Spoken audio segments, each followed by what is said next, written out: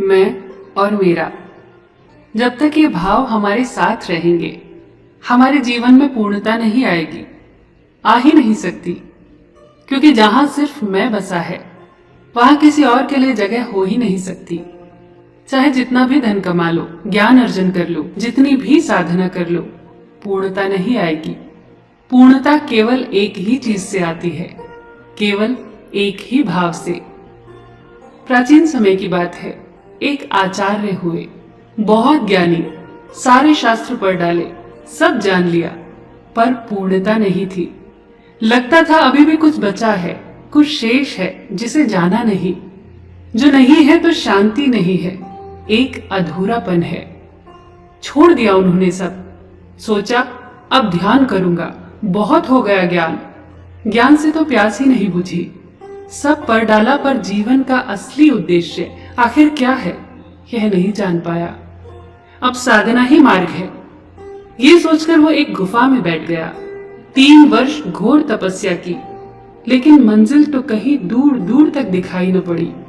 एक दिन निराश होकर वो गुफा से बाहर निकला, ये सोचकर कि लौट जाऊंगा वापस। तभी उसने देखा कि उसकी गुफा के बाहर एक वृक्ष था, जिस पर एक चिड़िया घोंसला बना रही थी। एक एक तिनका चुगती और पेड़ के तने पर जाकर रखती। तिनके फिर से बिखर जाते, पर वो हार नहीं मानती। बार बार यही हो रहा था, पर उसने हार नहीं मानी। उसका साहस जरा भी कम न हुआ।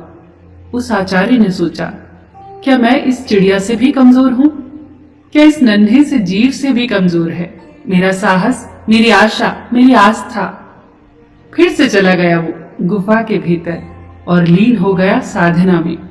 कहते हैं 3 वर्ष और बीत गए, पर जीवन का उद्देश्य क्या है वो फिर भी नहीं जान पाया। घबराकर फिर से बाहर आया और पहाड़ी के नीचे की ओर चलने लगा, घर लौट जाने के उद्देश्य से। जब थक गया तो एक वृक्ष के नीचे आराम करने लगा। सामने क्या देखता है, एक मकड़ी जाला बुन रही है। गिर गिर जाती, फिर बुनती। जाले का धागा संभल नहीं रहा था, पर वो हार नहीं मानी, लगातार प्रयास करती रही। आचार्य ने सोचा, जब मकड़ी नहीं हारी तो मैं क्यों हारूं? शायद भगवान मुझे इशारा देता है, फिर से प्रयास करने को कहता है। तभी तो मुझे कभी चिड़िया दिखती है तो कभी मकड़ी। कहते हैं वो फिर से चला गया गुफा के भीतर। कई वर्ष और गुजर गए।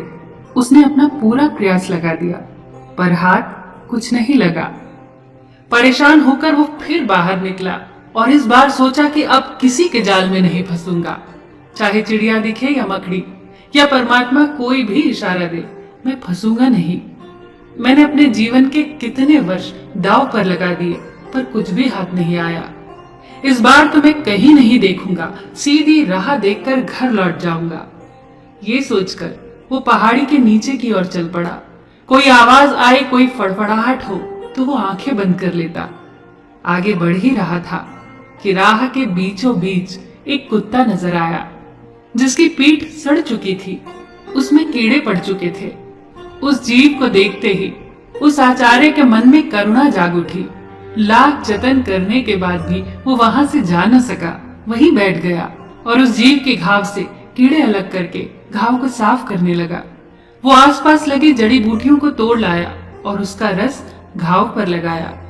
वो सब भूल गया, अपना ज्ञान, परमात्मा के लिए ध्यान, सारा संसार सब भूल गया। उन पलों में उसे वो मिल गया जो ना तो इतने वर्षों के परिश्रम से, ज्ञान से मिला था, ना ही ध्यान से मिला था।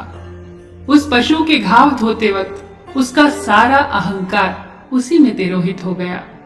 अब उसके अहंकार की जगह ले ली सेवा भाव ने, परोपकार ने। यही तो वो भाव थे जो नहीं थे उसके जीवन में। इतनी पूर्णता उसने कभी महसूस नहीं की थी जितनी इन क्षणों में की। आप जितने भी ज्ञानी हो, ध्यानी हो, धनी हो, कितने भी शक्तिशाली हो, आपके जीवन में पूर्णता तब तक नहीं आ सकती जब तक आपके जीवन में परोपकार का भाव न हो। हमारे जीवन का असली उद्देश्य यही तो है। जीवन बहुत ही मजेदार है। यह तब और अधिक मजेदार बन जाता है जब आप इसे दूसरों के लिए जीते हैं। दोस्तों, जिंदगी को जीना सीखना है तो प्रकृति से सीखो। दुनिया में कोई भी चीज अपने लिए नहीं बनी है। जैसे दरिया खुद अपना पानी नहीं पीता, सूरज अपने लिए उजाला नहीं करता, फूल अपनी खुशबू अपने लिए नहीं बिखेरते। जानते हैं क्यों? क्योंकि दूसरों के लिए जीना ही असली जिंदगी है।